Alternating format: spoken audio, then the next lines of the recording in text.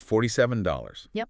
That's the price listed on HDTVSupply for the Key Digital KD-USBAMB6. Which is, a 6-foot USB-A to micro USB cable. Right. I mean, we usually tackle these massive, complex topics, but today our mission is to figure out why anyone would pay nearly $50 for a cable I could get for $5. Well, it does sound completely absurd on the surface. Yeah. But if you actually dig into the source material, you realize you aren't paying for the cable. You're paying for liability. Liability, what do you mean? Think about the ecosystem it's designed for. HDTVSupply, they call themselves a 25-year global home for audio and video products. This isn't for a teenager's game console. Okay, right, I saw that. The cable is explicitly listed as compatible with key digital devices. Exactly. And the related products are things like the KD-UPS52U presentation switcher, which is over $1,100, or the KD-CAM USB PTZ camera. There you go. So if you're an integrator installing that camera in a huge corporate boardroom,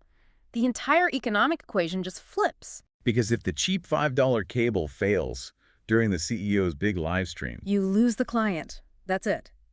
The cost of failure in professional AV is just astronomically higher than that $40 price difference. So the product page talking about durable construction for long-term use isn't just marketing fluff. Not at all.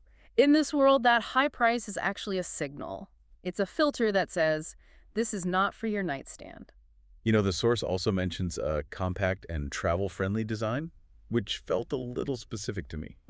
That's aimed squarely at the AV pros who are always on the move, setting up for trade shows, temporary installs. They need gear that can be thrown in a case and just work. It's basically a form of insurance then. And speaking of that, the support structure seems a bit much for cable. A 3-year warranty. The key digital warranty. Yeah. I mean, in the consumer world, a warranty on a cable is a joke, right?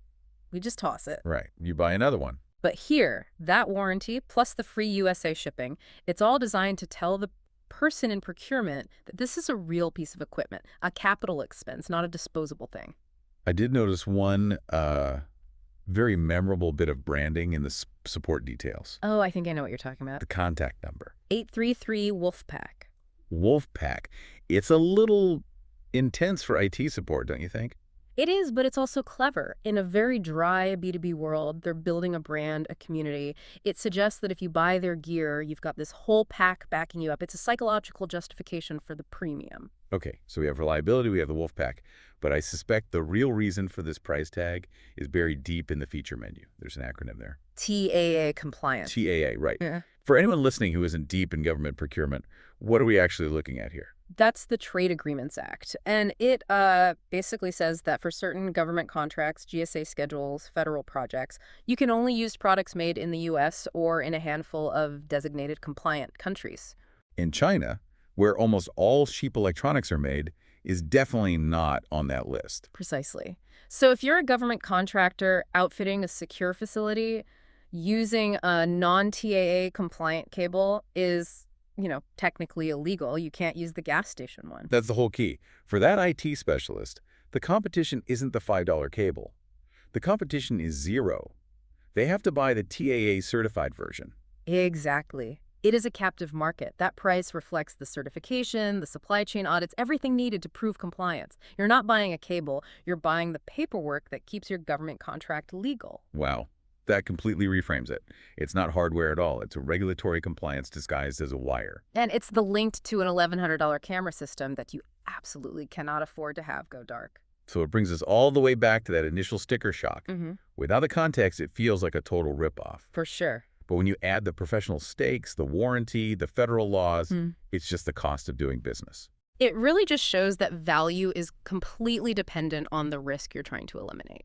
So here's a thought for you to chew on. The next time you see a price tag that seems to make absolutely no sense, ask yourself, are you the audience being overcharged, or is there a hidden layer of Wolfpack support and legal compliance that you just can't see? Thanks for diving in with us.